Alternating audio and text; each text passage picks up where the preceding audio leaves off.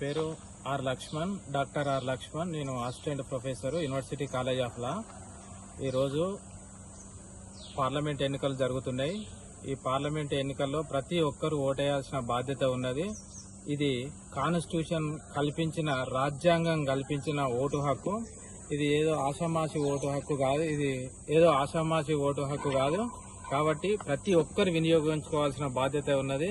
దురదృష్టవశాత్తు ఏమైతుంది అంటే ఓటు అనేది అమ్ముడుపోతా ఉన్నది.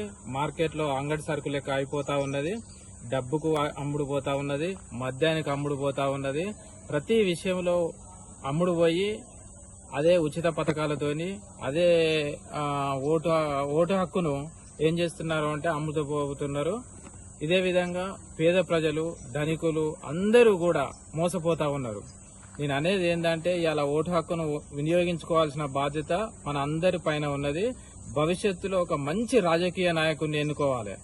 అప్పుడు మాత్రమే మనకు రాజ్యాంగం కల్పించిన ఓటు హక్కును వినియోగించుకున్నట్లయితుంది. అదేవిధంగా ఇంకో విషయం ఏంటంటే మనము ఈ రోజు ఓటు హక్కును అమ్ముకున్నట్లయితే వచ్చే 5 సంవత్సరాలలో మనం ఏ రాజకీయ నాయకుడిని కూడా ఏం అడగడానికి అవకాశం లేకుండా పోతుంది.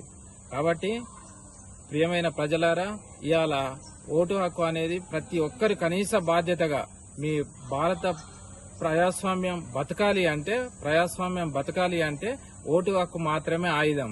మీకు పెన్ను గన్ను కంటే ఎంత పవర్ఫుల్ ఉంటుందో అదే విధంగా దానికంటే కూడా పవర్ఫుల్ ఓటు హక్కు అనేది. ఇవాళ అక్షరాస్యులకు, నిరక్షరాస్యులకు సమానంగా ఓటు హక్కు బాబాసాహెబ్ అంబేద్కర్ కల్పించడం జరిగింది. కాబట్టి మీరు నిరక్షరాస్యులైనా, అక్షరాస్యులైనా మీరు ఓటు హక్కును వినియోగించుకోవాల్సిన బాధ్యత ప్రతి పౌరుడి మీద ఉంటది.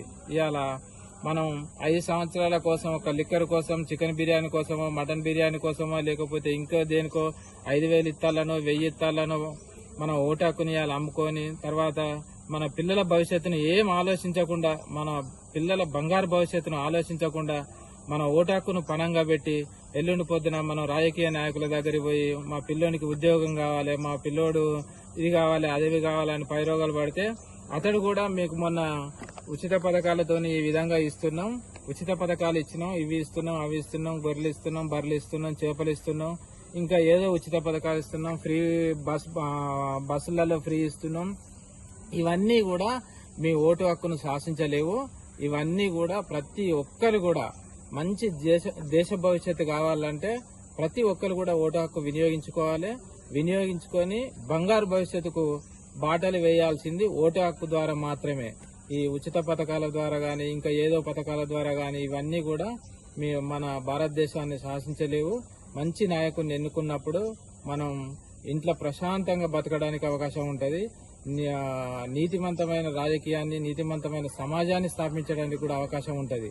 కాబట్టి ప్రియమైన ప్రజలారా, ప్రతి ఒక్కరు కూడా ఓటు హక్కును వినియోగించుకోవాల్సిన కనీస బాధ్యత మనమందరం ఉన్నది. అక్షరాస్యులు ఎవరైతే ఉన్నారో నిరక్షరాస్యులను కూడా వాళ్ళను మోటివేట్ చేయాల్సిన బాధ్యత ఉన్నది. ప్రతి ఇంటి నుంచి కూడా అక్షరాస్యులు ఉన్నారు. ప్రతి ఇంట్లో అక్షరాస్యులు ఉన్నారు.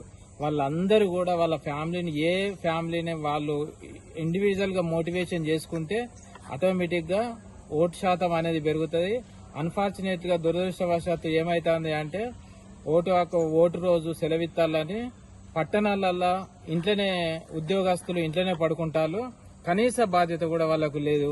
ఒక రైతు గాని, ఇంకా నిరక్షరాస్యులు గాని ఓటు హక్కును వినియోగించుకుంటారు, గాని అక్షరాస్యులు మాత్రమే ఓటు హక్కును వినియోగించుకుంటలేరు.